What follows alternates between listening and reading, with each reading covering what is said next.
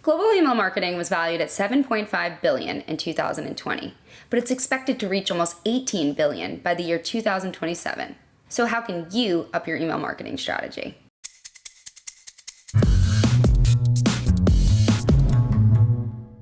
There's so many different ways to reach your customers, but email marketing remains the best bang for your buck when it comes to ROI.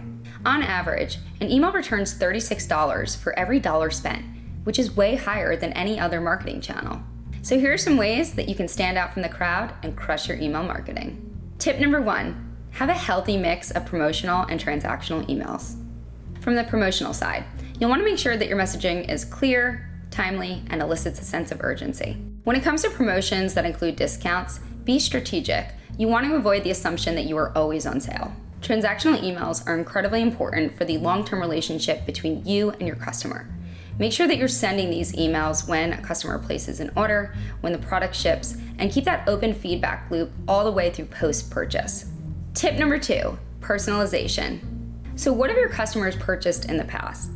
Prior purchasing patterns influence future purchasing decisions. Think about if there are specific colors, flavors, or types of products that a customer tends to buy.